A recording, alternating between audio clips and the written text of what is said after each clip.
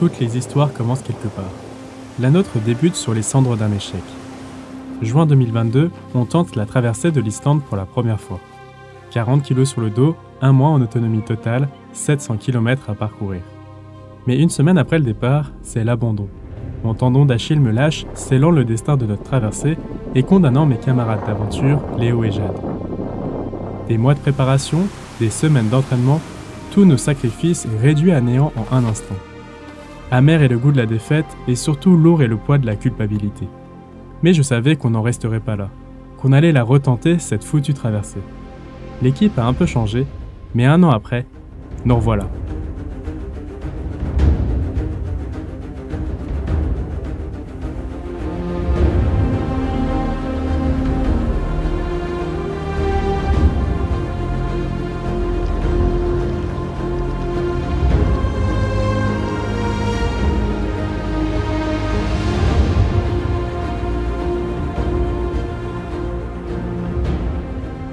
Ça y est, on est au niveau de la mer du sud de l'Islande. La prochaine fois qu'on voit l'océan, ce sera tout au nord, après une vingtaine de jours de marche dans des paysages spectaculaires.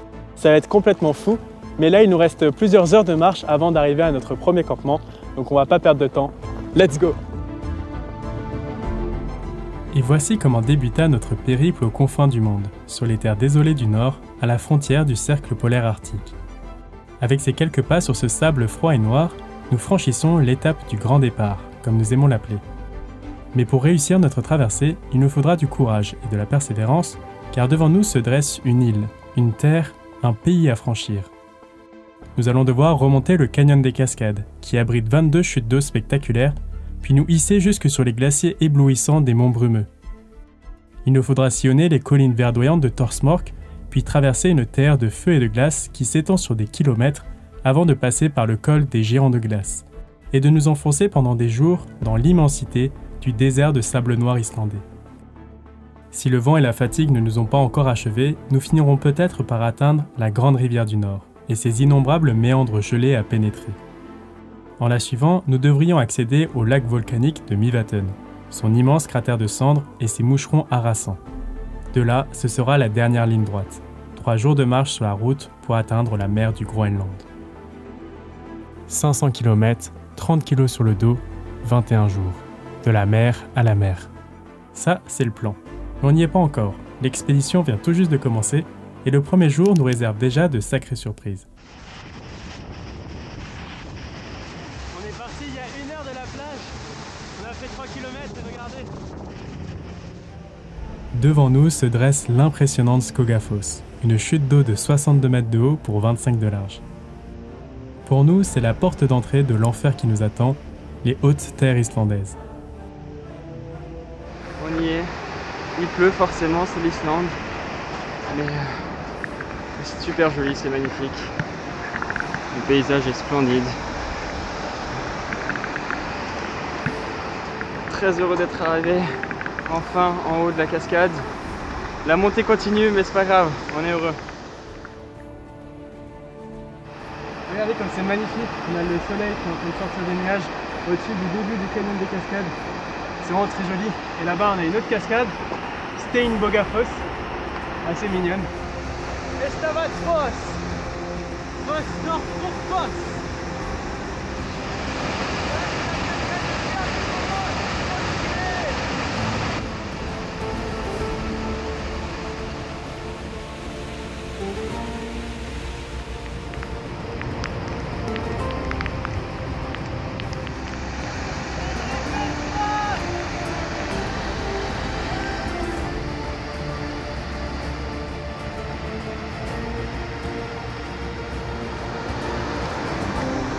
Kaififoss.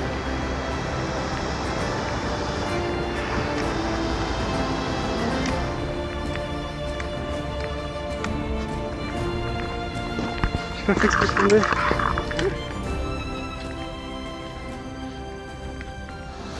Encore une très belle cascade.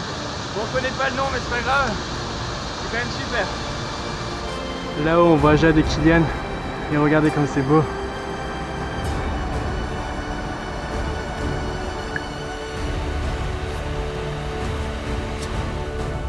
Ici la l'attente numéro 1, donc il est 20 h, on vient de rentrer dans la tente, il pleuvait dehors et tout, donc c'était compliqué.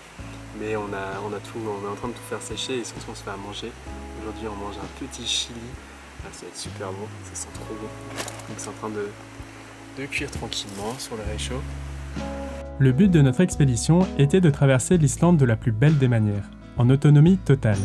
Ça signifie qu'on devait porter tout ce qu'on avait besoin pour survivre. Notre tente, nos vêtements, nos duvets, notre matos vidéo, etc. Mais surtout notre eau et notre nourriture.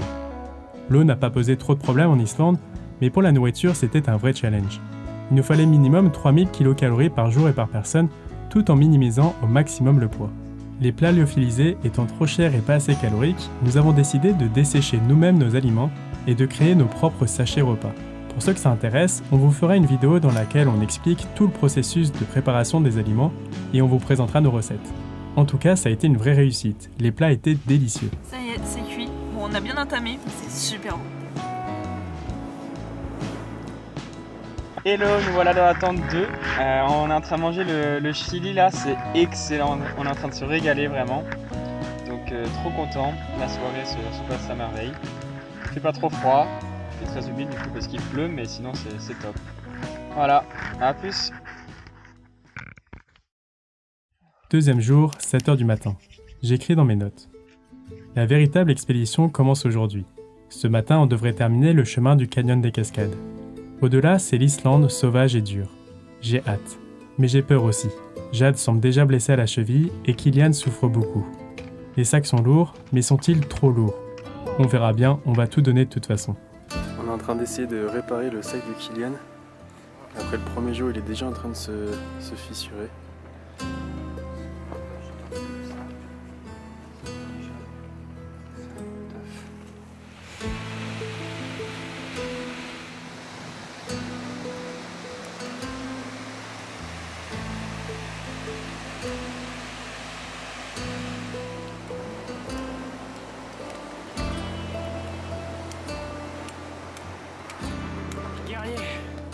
Petit à petit, les cascades ont laissé place à la pierre et à la brume.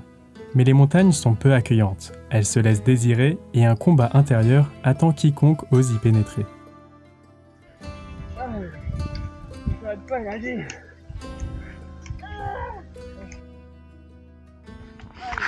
On est en train de faire une immense montée là.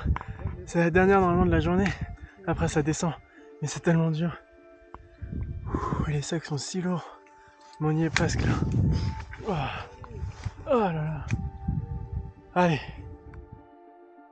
François est en train de monter là. C'est dur.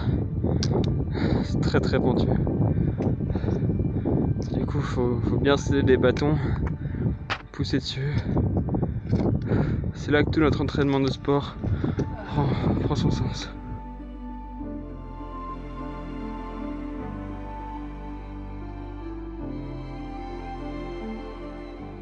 Bon les gars, après un jour et demi de souffrance intense parce qu'on fait que de monter, on est enfin arrivé au niveau d'un glacier. On va bientôt passer devant le deuxième. Allez, un peu de courage, ça va le faire. C'est dur, très dur.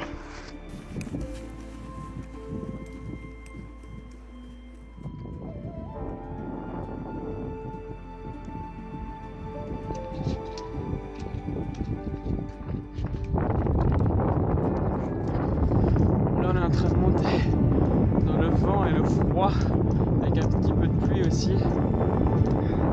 Ça tape dur.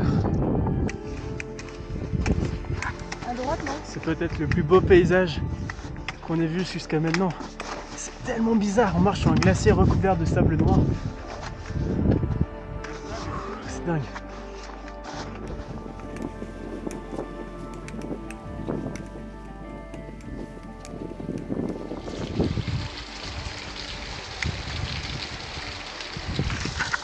Bon, on avait promis aux parents qu'on passerait pas à côté de crevasses sur des glaciers. Et bah, désolé.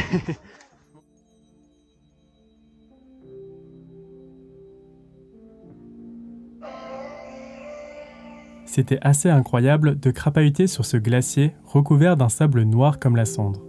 C'était aussi étrange que de marcher sur la Lune ou sur une autre planète. Mais rapidement, on entame une redescente épique à travers des paysages à couper le souffle. Soudain, le soleil du soir se lève, inondant de lumière une vallée verdoyante dominée par des pics acérés. C'est un spectacle d'une beauté saisissante.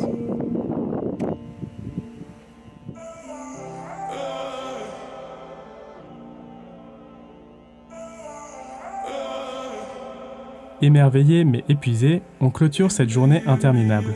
Aujourd'hui, on a marché pendant 11 heures. Demain, on attaque Thorsmork, la forêt de Thor. Bon, ça fait un peu plus d'1 heure qu'on a commencé le 3e jour. C'est fou tout ce qu'on a vécu en 2 jours, c'est incroyable. Aujourd'hui, on commence le Logagevur, donc un des treks les plus connus d'Islande, qui part de Thorsmork jusqu'au Landmannalauga. Ça va être magnifique. Normalement, il se fait en 4 ou 5 jours. On va essayer de le tenter en 3 jours. Ah, ça va être intense. Et on aura des guides à traverser et tout. Ça va être magnifique. Là, ça monte déjà fort. C'est grand. Voici donc la fameuse forêt de Thor. On comprend mieux l'adage « Si vous êtes perdu dans une forêt islandaise, mettez-vous debout ». Et puis il a fallu traverser notre premier gué, le premier d'une très longue série. Pas le plus long ni le plus froid, mais vu que c'était le premier, ça nous a fait un sacré choc. On s'attendait à ce que l'eau soit froide, mais là, quand l'eau est à moins de 5 degrés, ça pique vraiment. Alors les sensations ?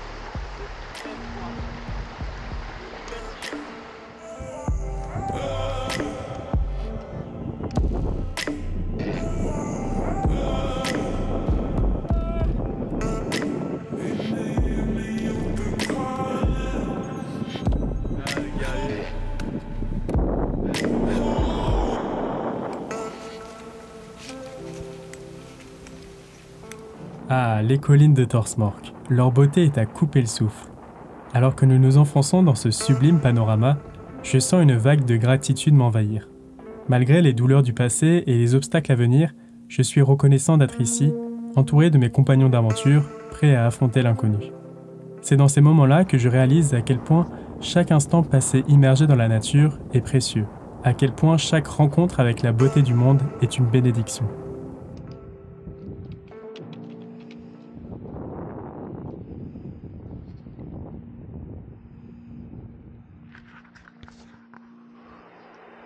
Alors c'est sacrément beau, c'est sacrément haut. On n'arrête pas de cumuler le dénivelé positif, là ça commence à être assez dur, vraiment dur. Allez.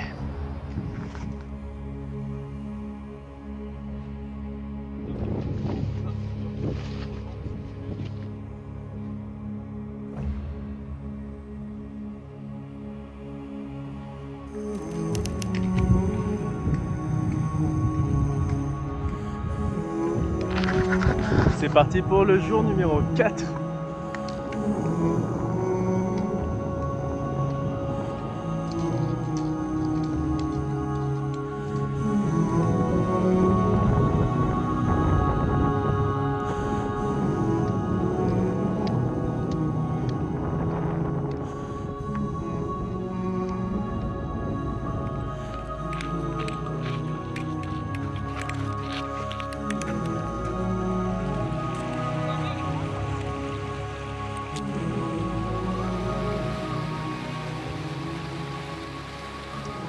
Ok les gars, fin de journée pour nous, on se fait à manger. Apparemment une grosse tempête devrait nous tomber dessus. Donc on croise les doigts. Oui, Pour pas être sous l'eau demain. 17 nuits. Voilà, surtout qu'on a une grosse journée, beaucoup de montées. On espère que ça va bien se passer. On va monter à 1000 mètres là, d'altitude. Donc si la tempête nous tombe dessus en haut, ça va faire mal. Voilà, on croise les doigts. Au réveil le matin, voici à quoi ça ressemble. Kylian, un petit mot pour la caméra. Merci Kylian. Ah voilà. Matin du jour 5, il fait beau, on a de la chance, il a plu toute la nuit. Donc là, c'est assez agréable. Aujourd'hui, très grosse montée là. Ça va taper fort pendant 3 heures je pense. Mais on est en forme, il est 8h30, tout va bien. Ils sont déjà devant les autres. Puis c'est magnifique hein, les paysages qu'on a quand même. C'est assez exceptionnel. Et il y a des moutons.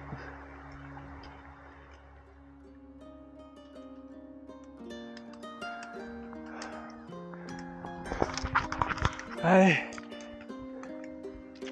Dis-moi que ça descend après. Je sais pas mais ça monte pas autant.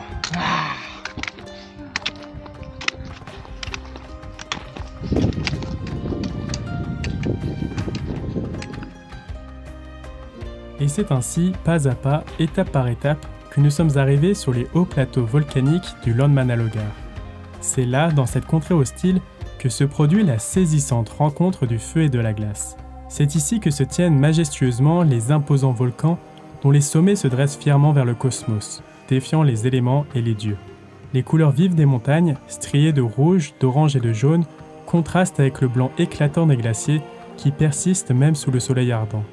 Marchant à travers ce paysage époustouflant, nous sommes immergés dans un monde inconnu, où la chaleur des fumerolles côtoie la froideur glaciale des sommets éternels. Chaque pas révèle un danger nouveau. Chaque regard embrasse la grandeur de ce monde sauvage et mystérieux, où la vie s'accroche avec détermination malgré des conditions extrêmes. De cet endroit, je garderai en mémoire l'odeur âcre du soufre qui picote les narines, le froid qui craquelle les lèvres, et cette terre qui maintient l'équilibre fragile entre le feu et la glace. Je n'oublierai ni les solfarates humides mais brûlantes, ni la boue bouillonnante, ni ces paysages lunaires d'un autre âge.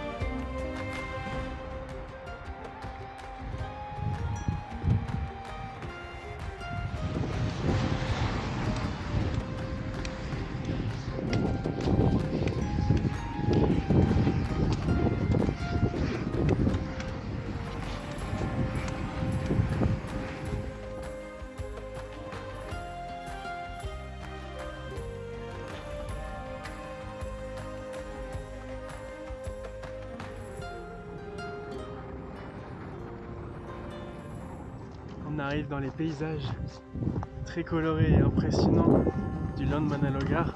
C'est un lieu mythique en Islande. On aurait fait en 3 jours le trek du Logagevur qui dure normalement 4 ou 5 jours. Et on aurait fait l'extension, normalement c'est en 6 jours, on aurait fait en 4,5. Donc très efficace, surtout avec des sacs de 30 kg là. On va aller même encore plus loin ce soir pour poser la tente.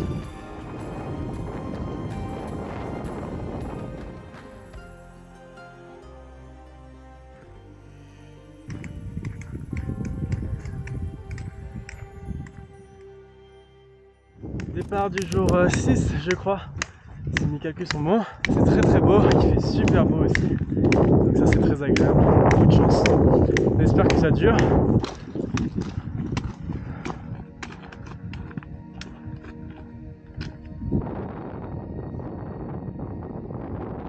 Donc là on est en train de soigner Jade qui est un peu blessée du pied. Ouais.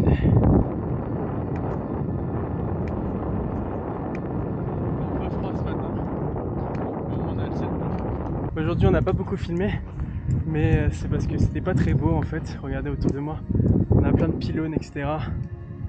C'est pas la plus belle partie de l'Islande on va dire. Salut les amis. Hello. Ce soir c'est crème au repas.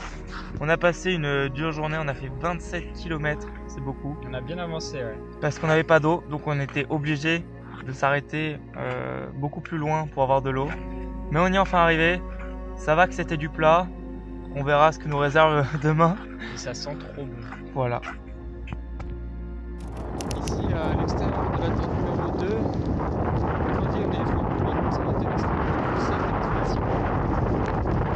Et on se met là, c'est un peu la tempête. C'est pas grave, c'est comme ça, c'est l'Islande. Et puis on va rester motivé.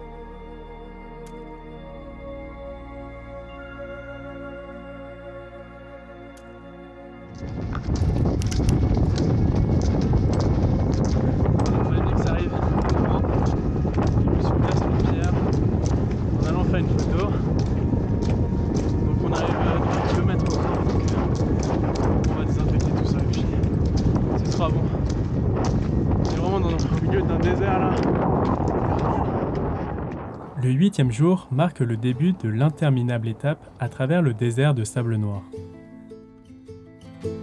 Marchant sur ce sol aride et inhospitalier, nous ressentons une solitude profonde, presque oppressante. Le paysage est désolé, dénué de toute vie, à part quelques touffes d'herbe éparses qui peinent à survivre dans cet environnement hostile. C'est un océan de noirceur qui s'étend à perte de vue, où chaque pas semble être avalé par l'immensité stérile du vide.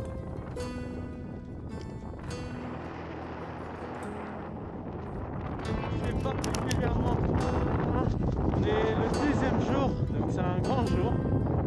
Il fait très froid, heureusement il ne pleut pas. Je sais pas si vous pouvez m'entendre, mais même comme ça, je suis congelé. On commence à se lever, aller aux toilettes et puis on est reparti pour une belle journée. 20 km et puis on est. Le vent souffle avec une force implacable, soulevant des nuages de sable qui nous enveloppent, rendant la progression encore plus difficile. Nos pas résonnent dans le sol parfois dur, comme une marche funèbre à travers un paysage abandonné par le temps. Mais le plus dur, c'est le gris. Tout est gris. Le ciel, le sable, la terre, notre morale, tout est gris, morne et monotone. Les kilomètres défilent, mais la fatigue s'installe. Chaque soir, nous dressons nos tentes dans l'immensité glaciale du désert, épuisés mais déterminés à poursuivre notre route. Chaque jour est un défi, une épreuve de plus à surmonter dans cette quête insensée que nous avons entreprise. Parfois, un cours d'eau jaillit de nulle part, au cœur de ce paysage aride. Source de vie et d'espoir, il façonne le paysage, dessinant une artère aquatique dans un monde minéral. À mesure que nous progressons, le paysage change lentement, laissant place à des formations rocheuses sculptées par le vent et par le temps. C'est vraiment magnifique. On se dirait dans un désert sec et aride, on rajoute quelques degrés en plus et là, je suis soit dans l'Arizona, soit au Maroc. C'est vraiment magnifique. J'adore.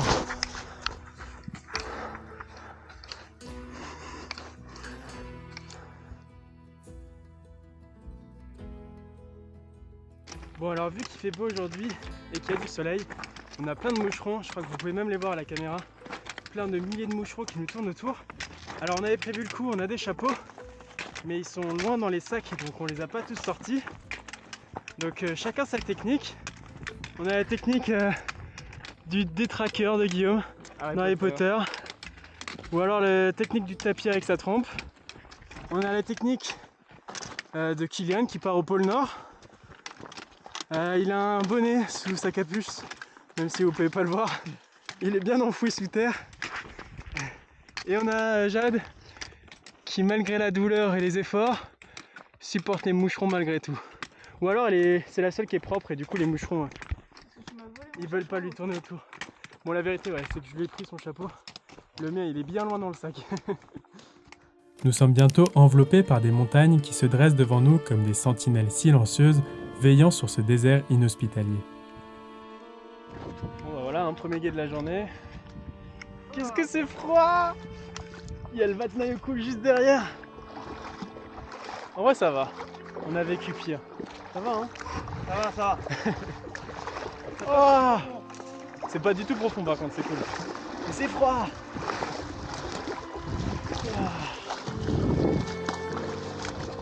Ok. Ah, ça brûle les pieds. C'est pas profond.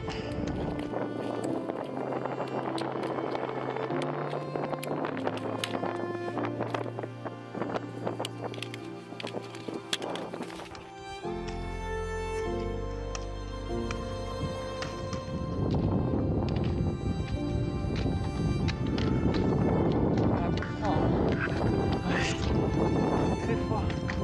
On arrive à 1000 mètres d'altitude bientôt là. Une grosse ascension.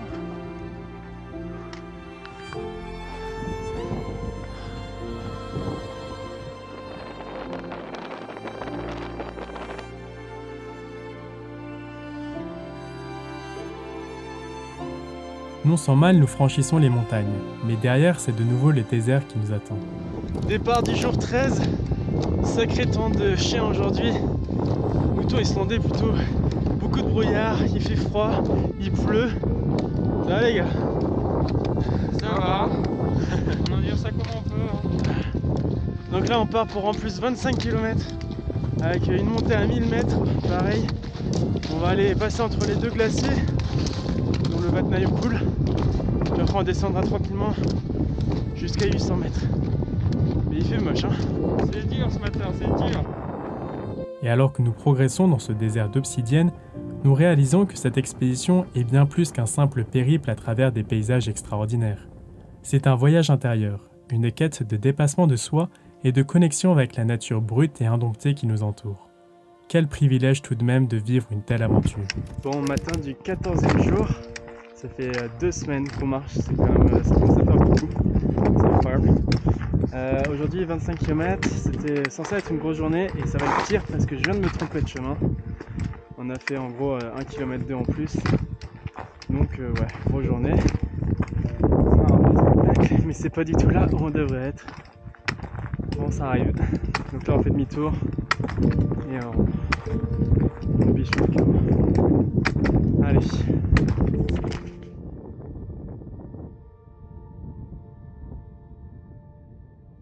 Bon, demain on entame le dernier tiers de notre aventure. Là on va se coucher, on est fatigué. Un dernier tiers qui s'annonce palpitant. On quitte enfin l'ennui du désert pour la folie des cours d'eau. On a atteint la grande rivière du Nord. C'est un spectacle à couper le souffle, un contraste saisissant avec le désert de sable noir que nous avons laissé derrière nous. Très rapidement, sous l'apport des glaciers, la grande rivière du Nord se divise, ou plutôt se multiplie en centaines de méandres qui serpentent à travers le paysage, dessinant des courbes élégantes dans la terre rugueuse. C'est une véritable fresque qui se dessine devant nous, une peinture en perpétuel mouvement, hypnotisante, envoûtante.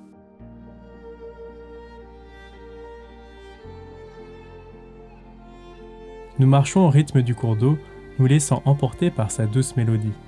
La fatigue s'efface et nous oublions un instant les rigueurs de l'expédition. Petite silhouette dans un tableau trop grand, nous sommes à la fois les spectateurs et les acteurs privilégiés de cette scène éternelle, captivés par sa beauté sauvage. Mais cette étape a également son lot de défis, les gués. Au total, on aura traversé pas moins de 22 gués, tous glaciales mais plus ou moins larges et profonds. Allez, courage. Notre record, un gué de 80 mètres de long.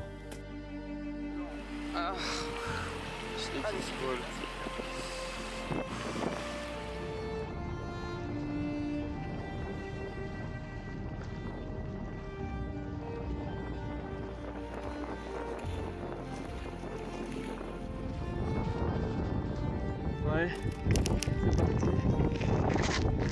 Tranquille.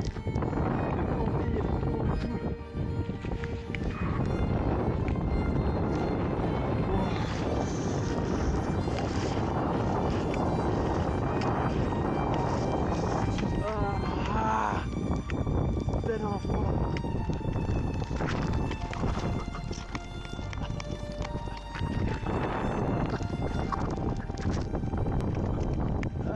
On est à 1000 mètres d'altitude et on est en train de traverser une rivière qui est des glaciers.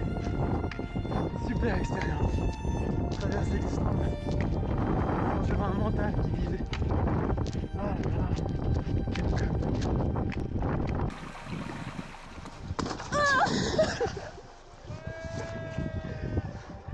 Oh non, c'est moyen quand même. Hein.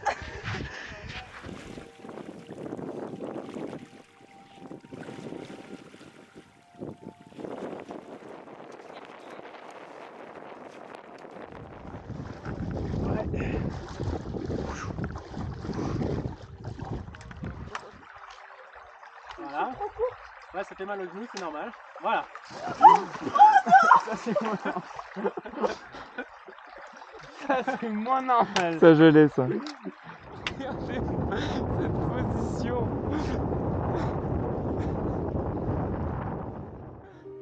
Le soir venu, on dresse nos tentes dans des lieux absolument magiques, bercés par les histoires de trolls, d'elfes et de géants qui hantent ces contrées. Cela fait maintenant 11 jours que nous n'avons pas croisé un seul être humain. On se sent seul, oui, mais dans le sens le plus pur et le plus précieux du terme. On est seul au monde, enveloppé par la quiétude de la nature, loin des bruits et des distractions du monde moderne. Ici, il n'y a pas de pollution, pas d'odeur artificielle, pas de contraintes sociales étouffantes. Seuls les éléments bruts et authentiques nous entourent. Les cris des lagopèdes résonnent dans l'air pur, tandis que la litanie du vent remplace le tumulte des villes. Chaque instant passé dans cet isolement volontaire nous rappelle l'importance de ralentir, de respirer et de savourer les petites joies de la vie. Ici, tout est tellement plus simple. Pourquoi notre quotidien serait-il si différent ? Nous avons un véritable don pour complexifier les choses. Bon, c'est parti pour le jour 17, ça commence à faire beaucoup. Aujourd'hui, une très grosse journée, 26 km de prévu et surtout beaucoup de gués normalement, donc on verra bien. Donc ouais, ça va être une sacrée journée.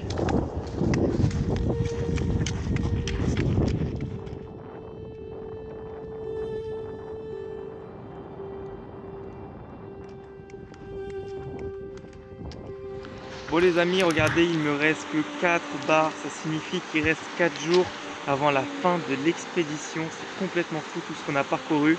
Donc ce soir on arrive à Mývatn, c'est un lac très connu en Islande et après on ira sur la route jusqu'à la mer en marchant parce qu'évidemment le défi c'est de faire toute la traversée sans 1 mètre de stop, on fait tout à pied. Quand on met en perspective, c'est complètement fou.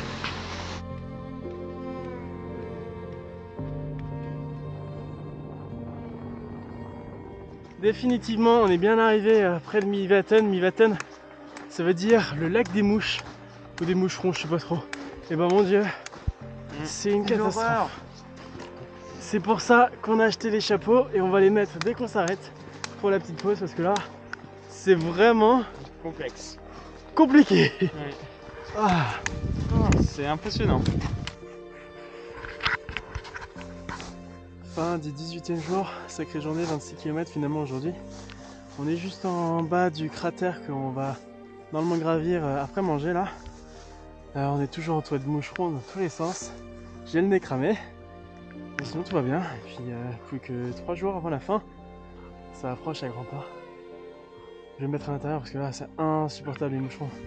Bon, c'est parti, on va monter tout là-haut. On monte sur le cratère.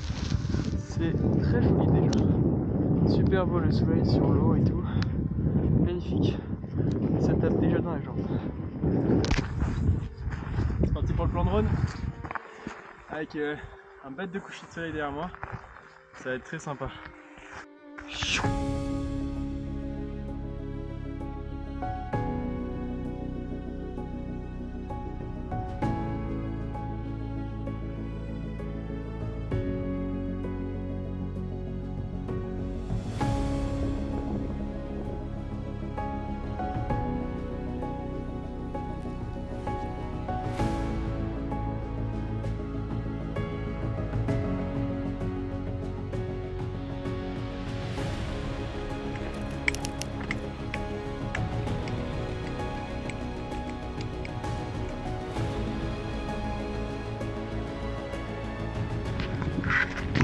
Juste devant nous, du coup, c'est Ashverir. Waouh! Ah. Donc, c'est un site assez connu. Vous allez voir, c'est assez étonnant comme endroit. En tout cas, ça pue le souffle. Et ça, vous le sentirez pas, c'est dommage. Faut venir ici. On y est presque. There's something about your eyes, something telling me a story,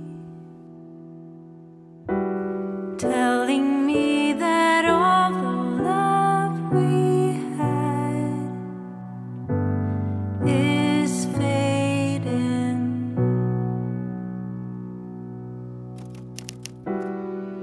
There's something about your smile.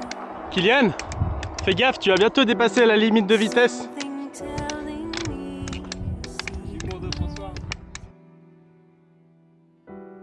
telling me that all the happy days C'est pas la joie.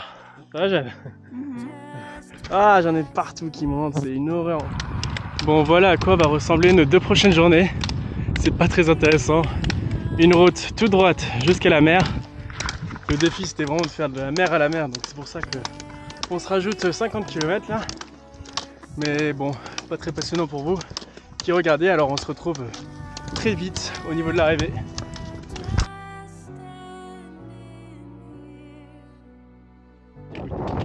Kylian, qu'est-ce qu'on voit tout là-bas, tout là-bas, tout là-bas, tout là-bas? C'est la mer, il me semble. Ouais. Il reste combien de bornes? 40? Ouais, un peu moins peut-être. 5. On y croit, on y est presque. Youpi.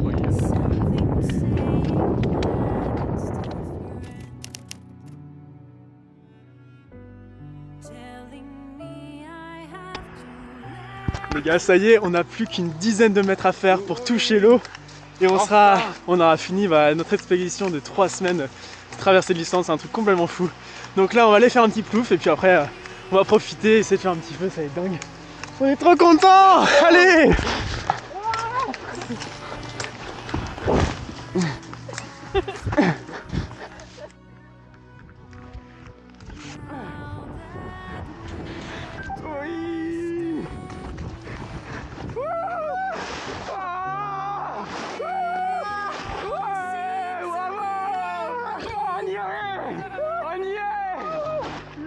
On a fait du sud au nord. On y est.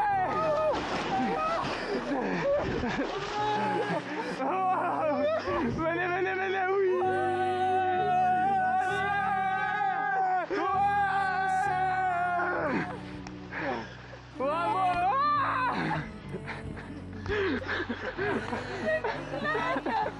À la GoPro. Ah, c'est magique les gars. Magnifique, oui, enfin 21 jours de galère. Et c'est magnifique, c'est vraiment magnifique la plage où on arrive. Comment raconter ce que nous avons vécu? Comment transmettre l'ampleur de cette aventure, l'intensité des émotions ressenties, la beauté des paysages découverts? Les mots et les images que nous vous partageons ne pourront qu'effleurer la surface de cette expérience inoubliable. Car au-delà des kilomètres parcourus, des défis relevés et des paysages époustouflants, cette traversée de l'Islande a été un voyage initiatique, une exploration des limites de notre courage, de notre résilience et de notre connexion avec la nature. Chaque jour, nous avons été témoins de la beauté sauvage et indomptée de l'Islande, de ses merveilles fragiles et de ses mystères cachés. Mais nous avons découvert quelque chose d'encore plus précieux au cours de ce périple, la force de l'amitié, le pouvoir de la solidarité. Dans les moments les plus difficiles, ce sont nos liens les uns avec les autres qui nous ont portés, qui nous ont encouragés à continuer, à ne jamais abandonner. Je suis là. Allez, un par un. Attention, il y a un creux. Hello, nous voilà dans la tente 2. C'est nous. Alors que nous contemplons maintenant l'horizon infini de l'océan, nous sommes remplis d'une profonde gratitude envers cette contrée sauvage qui nous a accueillis. Chaque pas dans ces paysages légendaires a été un privilège, chaque instant partagé avec nos compagnons de voyage, une bénédiction. Alors comment vous raconter ce que nous avons vécu? Peut-être que les mots ne seront jamais suffisants pour exprimer pleinement l'intensité d'une telle expérience. Et nous espérons que ces images, ces histoires et ces émotions partagées vous donneront un aperçu de la magie d'une telle épopée. Car au bout du compte, c'est peut-être là la véritable essence de l'aventure. Non pas de la raconter, mais de la vivre pleinement, intensément, et de laisser des souvenirs inoubliables. Tant que nous aurons des rêves à poursuivre, des défis à relever et des horizons à parcourir, l'exploration ne s'arrêtera jamais.